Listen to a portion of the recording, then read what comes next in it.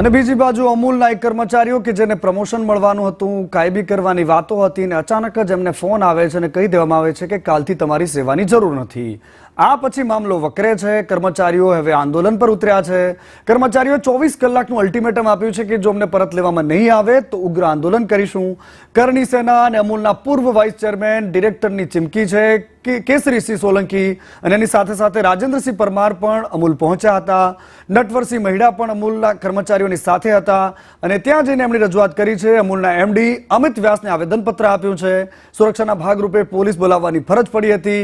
ઠાસરાના લગભગ 105 કર્મચારીઓ છે જેમને છૂટા કરાયા છે. માતરના ધારાસભ્ય અમૂલના ચેરમેનને આડે હાથ પણ લીધા. તેમણે શાનમાં સમજી જવાની જરૂર છે આ પ્રકારની વાત પણ કરી. ડેરીમાં રાજકારણ ન લાવો તેવી વાત પણ કેસરીસિંહે કરી છે.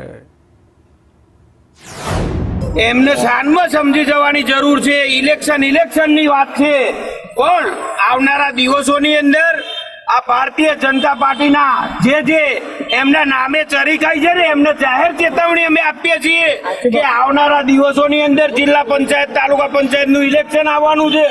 મહેરબાની કરીને જ્યારે ચૂંટણી આવે ત્યારે તમે લડી લેજો, પણ આ નોકરી કરતા હોય 7-7, 10-10 વર્ષથી જે લોકો નોકરી કરે છે એમને છૂટા કરી તમને શું મળવાનું છે?